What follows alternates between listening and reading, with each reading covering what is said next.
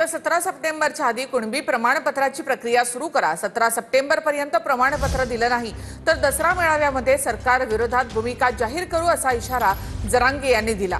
हैदराबाद गॅझेटच्या जीआरच्या विरोधामध्ये भुजबळ कोर्टात जाणार आहेत। हैदराबाद गॅझेटच्या जीआरमुळे ओबीसींचं नुकसान झाल्याचं म्हणत विजय वडेट्टीवार यांनी सर्वपक्षीय बैठक बोलावली।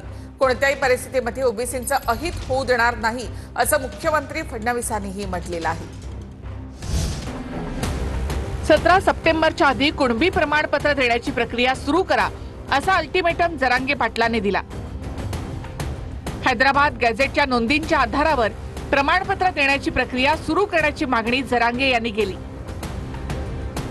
प्रमाणपत्र दिलं नाही तर दसरा मेळाव्यात सरकार विरोधात भूमिका जाहीर करावी लागेल असं जरांगे म्हणाले।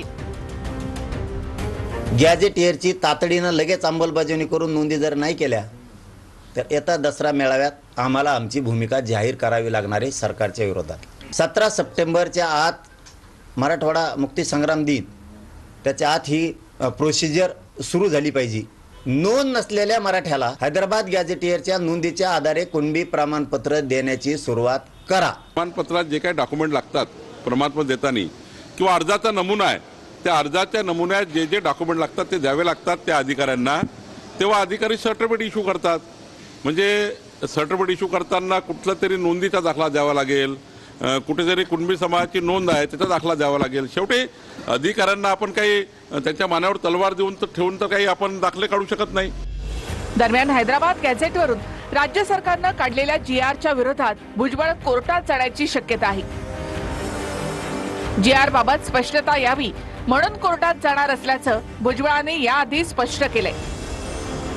कोणाचं ऐकून, येवल्या फेवल्याचं कोणाचं ऐकून, जीआर मध्ये जर आमच्या काही शब्दात हेराफेरी जर काही केल्या 1994चा जीआर आम्ही सुद्धा चॅलेंज करणार आहेत आणि मान्य न्यायालयाला तो सुद्धा रद्द करावा लागणार। 1994ला आमचं 16% आरक्षण मराठ्यांचं तुम्हाला दिलं, ते जीआर रद्द करून आमचं आरक्षण आम्हाला द्या।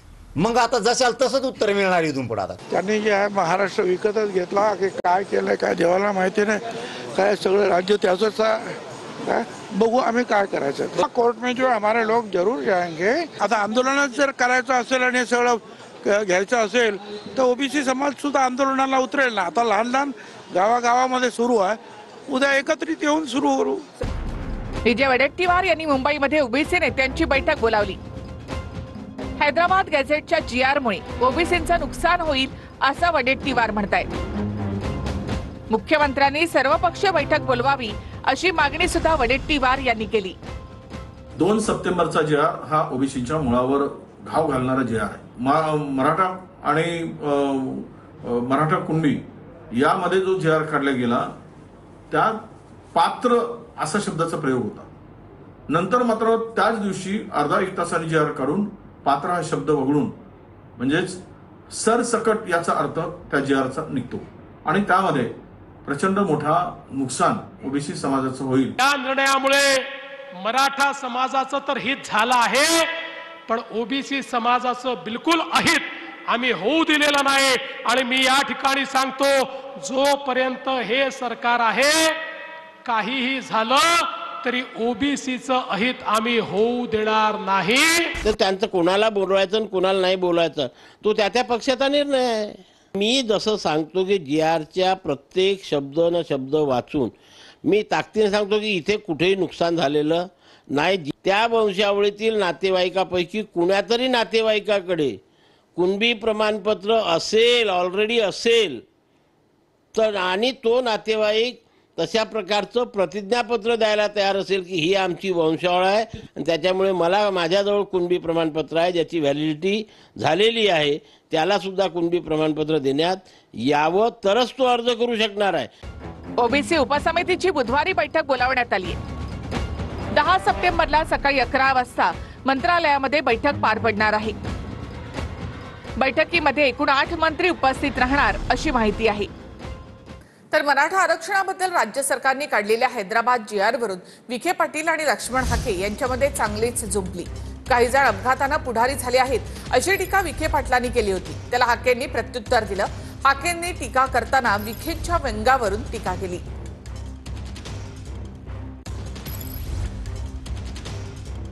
ते की मागे मी खरं ह्या अशी जे नवीन पुढारी जे आले राजकारणात ज्यांचं काही सोशल कॉन्ट्रीब्युशन नाही आहे, समाजाच्या प्रती काय कॉन्ट्रीब्युशन आहे, कुठंतरी प्रसिद्धीच्या झोक्यात येऊन आपलं स्वतःचं काहीतरी अस्तित्व निर्माण करण्याचा लोक प्रयत्न करत आहेत की ओबीसी समाजाला आरक्षण देताना एक तरी उदाहरण आहे का की मराठा समाजाने त्याला विरोध केला.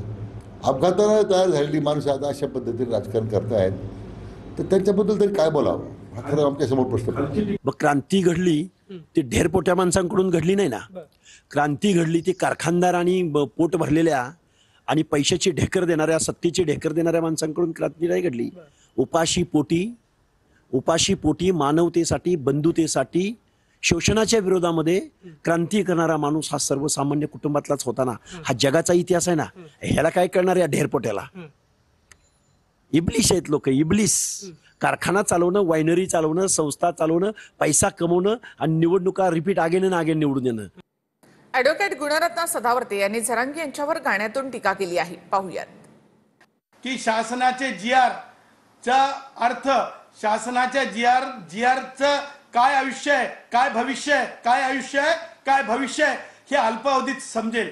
म्हणे 17 तारखेपर्यंत प्रमाणपत्र नाही दिले तर म्हणे अबे मला वाटतं त्या आमच्या त्या दाढीवाल्या मिया भाई बोलो भाई भाईजान मामूजान भाईजान जरंगे जान भाईजान मामूजान भाईजान जरंगे जान म्हणतात ना.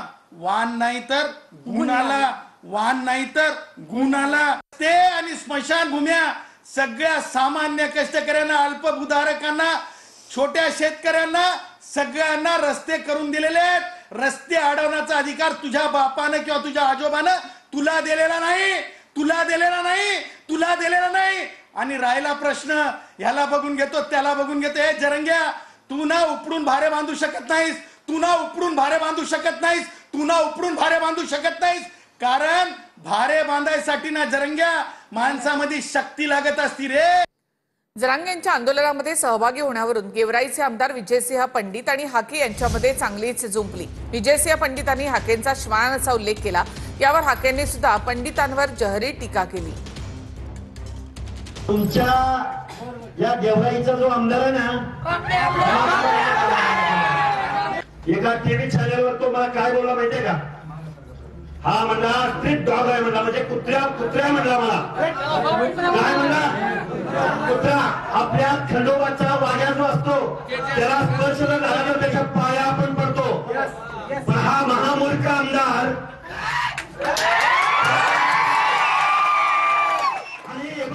मूर्खुले आमदार,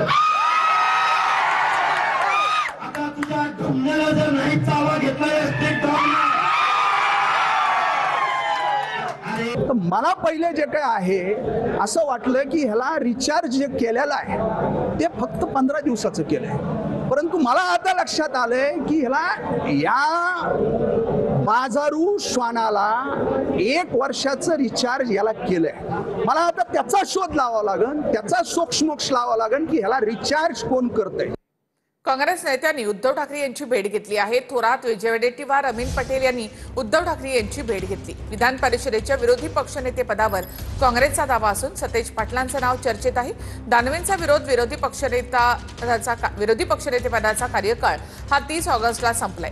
राज्यामध्ये सध्या विरोधी पक्षनेता नाही. दानवेंचा कार्यकाळ संपल्यामुळे विधान परिषदेमधील विरोधी पक्षनेतेपद सध्या रिकामी आहे. शहाजी बापू पाटलांनी भाजपला मोठी ऑफर दिली आहे. मंगेश चिवटे मुख्यमंत्री, उपमुख्यमंत्री तिघांशी देखील जवळचे आहेत आणि त्यामुळे शहाजी बापू पाटील यांनी असं म्हटलंय की अप्रत्यक्षपणे मंगेश चिवटे यांच्यासाठी त्यांनी मागणी केली आहे. राज्यामध्ये लवकरच पदवीधर आणि शिक्षक मतदारसंघाच्या निवडणुका होणार आहेत. महायुतीकडून आम्ही अशी मागणी करू की पदवीधर भाजपला घ्यावा आणि शिक्षक शिवसेनेला द्यावा. एवढी मागणी करून हा प्रश्न कसा मार्ग, कारण ते माहीत होतंय हे होतंय 100 घटत्याला काढण्याची इतकं ही चढा काय त्याला विरोधच नाही. लकीडोरच होतो त्याच्या या बाळात काळजी काय. तर उपराष्ट्रपती पदाच्या निवडणुकीमध्ये 2 पक्ष सहभागी होणार नाहीत. बिजू जनता दल आणि तेलंगणामधील बीआरएस हे 2 पक्ष यामध्ये सहभागी होणार नाहीत. बिजू जनता दलाचे 7 खासदार आहेत आणि बीआरएसचे 4 खासदार आहेत. उपराष्ट्रपती पदासाठी उद्या निवडणूक होणार आहे. उपराष्ट्रपती पदाच्या मतदानाची आज रंगीत तालीम सुरू असल्याची माहिती सूत्रांकडून मिळते. मतदानाच्या वेळी चूक न होण्यासाठी सर्व पक्षीयांकडून खबरदारी घेतली जाते. लोकसभेचं संख्याबळ 543 आहे. त्यापैकी 1 जागा रिक्त आहे, म्हणजे 542 खासदार आहेत. राज्यसभेचे 245 खासदार आहेत. त्यापैकी 5 जागा रिक्त आहेत, म्हणजे एकूण मतदार आहेत 782 आणि जिंकण्यासाठी 391च मतं हवी. भाजप आणि एनडीएकडे लोकसभेचे 293 आणि राज्यसभेचे 129 खासदार आहेत, म्हणजे 422 खासदार एनडीएकडे आहेत. पण गुप्त मतदान असल्यानं क्रॉस वोटिंगची शक्यता अधिक असते.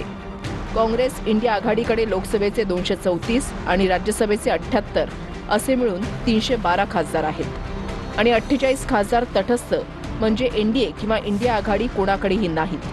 हीच मतं निर्णायक ठरू शकतात.